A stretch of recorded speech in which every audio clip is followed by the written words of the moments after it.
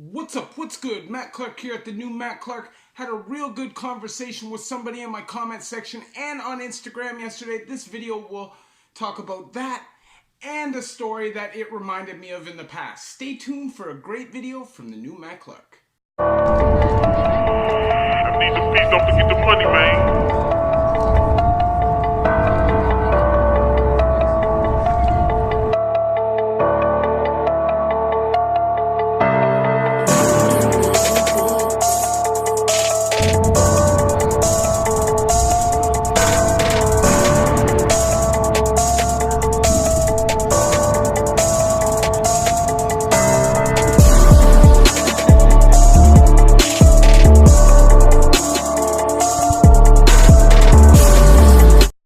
What's up? What's good? Matt Clark here at the new Matt Clark. How are each and every one of you doing on this amazing Sunday? I'm doing great. My girl's great. My family's great. And I hope each and every one of you are great.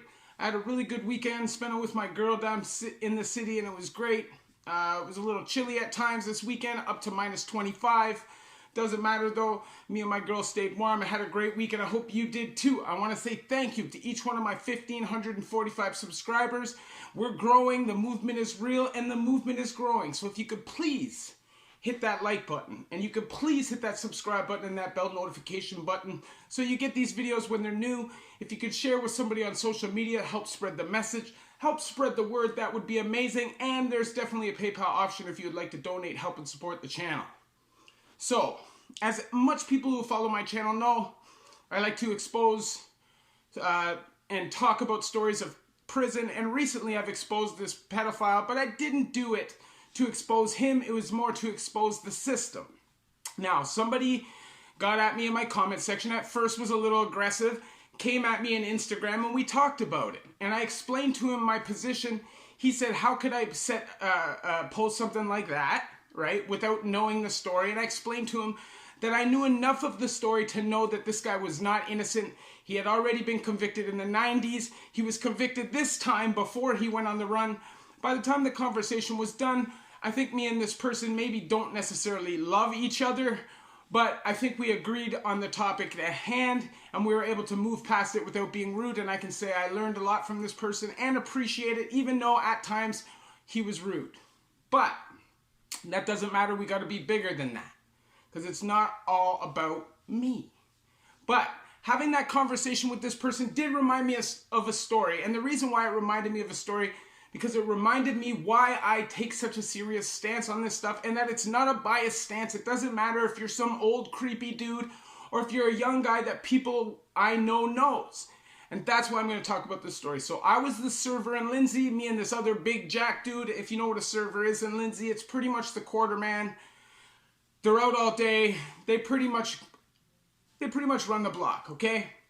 There's probably a committee of guys on the block, but they're definitely going to be guys that have say. So this guy came on the range, okay? And he was a guy that a bunch of people on my range knew personally from the street. The problem was, this guy was on sexual assault charges of a minor. Now, a lot of people that knew him came to his aid and said, listen, the guy's only 19 years old. The girl was probably 17 years old. And this kid, we know him, he wouldn't be that kid. But me personally, I don't care. As long as you have those charges outstanding, me and you are not living together. It's not going to happen. So anyway, some other dudes on the range ended up sending some soldier after this dude. And the soldier got punched out.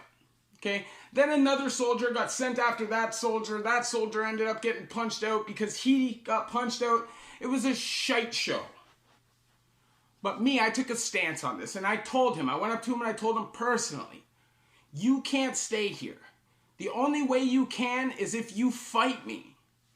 And he said, so what? If I fight you, I can stay? And I said, no. If you send me out on a fry basket, you can stay. Because it's either me or you going out of here. Neither one of us, if you're staying, I'm not. And the only way that I'm not is if you send me out of here. Now, the man got super cheesed. I was a pretty big dude. I was about 230 pounds. He knew that he didn't really stand much of a chance. I've been fighting all my life. This was a young guy. I didn't want to fight him. I didn't necessarily feel like he was guilty. But, doesn't matter. I have to hold to my principles. This is what I believe in. I will not live with a sex offender. It's not happening. This is general population. Sex offenders are not supposed to be in general population. And whether they're tougher than me or not, I'm not living with them. Okay? If somebody else on another pod or another block has no problem with living with a hound, that's their choice, but that's not something that I'm doing. And I don't think anybody's necessarily guilty, because I know that a lot of people do lie about these kind of charges, but a lot of people also don't. And who am I to go through? I'm not a detective. I'm not trying to figure out who's guilty and who's not. If you can prove to me that you're innocent, you're good to stay. Until then, you gotta go. And that's facts. That just is what it is. And anybody who claims to be a solid stand-up dude who lives with a sex offender, you're not that. You're not that. Now, I have seen guys in the past on different ranges come back from court and say, look, I was charged with a sex offense, stand up on the table and say, I'm not going anywhere. I don't care if I got to bang with the whole range. And those ranges decided they were okay with letting these people stay after they saw the paperwork, etc. But that's not me. I don't have any issues with any person individually, but with my past and the trauma that I've experienced, it's not happening. If that is factual, I know what that person went through, and I'm not cool with it. So the man got super cheesed, went to the door, started booting off the door, boom, boom, boom, boom, baiting up the range because now he's upset. He knows he's in a lose-lose situation, and it is what it is. Now you tell me, am I wrong for that? I took the right action, right? My cell partner, who at the time was my boy, and I have a story in the future that explains why we're not boys now, but at that time, we were boys. He wanted to take the position of getting at the man and just crushing him. But I said, look, these guys that we know, guys that I respect, guys that I've done lots of time with, guys that he knows from the street are saying he's a good kid and this is not factual. That's fine. You can move him off the block. I don't have any problems with any of you.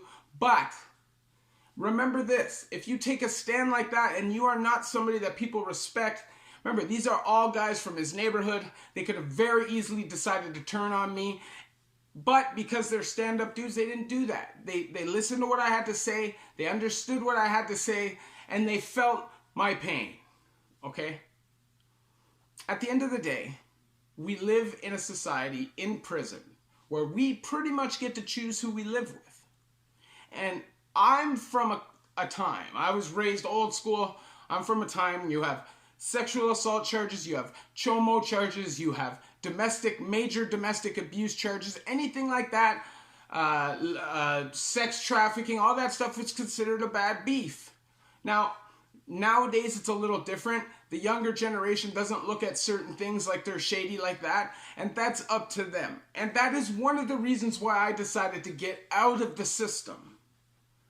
You know, obviously I want to live life. I don't want to live life on the screw-up path, do life on the installment plan, going in and out till I'm 65 years old, and then I'm 65, lonely, have nothing, bitter at the world, and decide to either probably take your own life, or take somebody else's life, or just go out on some kamikaze mission. And who wants to go out like that, right? But all I'm saying is this. As a man, you have to take certain principles and morals, and you have to establish those as things you believe in, and you can't move off of that. If it's something you truly believe in, you can't move off of it for dope, you can't move off of it for money, because at that point you're just a sellout, and then you're nothing because you believe in nothing. If you have zero that you believe in and zero that you will stand for, who are you? You have to take a position in life. Doesn't have to be a firm position. You could be open-minded and open to suggestion if evidence and facts proves that that's the right way to live. I don't know. You know, maybe it's going to be hard for me to shed a lot of this convict attitude, but when it comes to this, I don't feel like I need to. Like I said in the past, not all institutional values are bad. Some actually are good, and some will create a stand-up person. Now, let me tell you this. That doesn't mean, when I say good, I don't mean gentle, soft, you know, a save the world kind of person. I mean just a good move that's a solid move. You don't have to be a Care Bear to be a real person, to fit into society. Not everybody's the nicest person in the world. Not everybody wants to socialize and be friends with society. right? But you have to take a position and you have to believe in something. That's what's going to drive you through your life. See, I believe in prison reform. I believe in helping people who are going through addiction and need help and support, even if it's just a voice or a story, something that they can relate to, which will help them move towards progress and change. I'm a person that believes in the environment and animals. I love animals.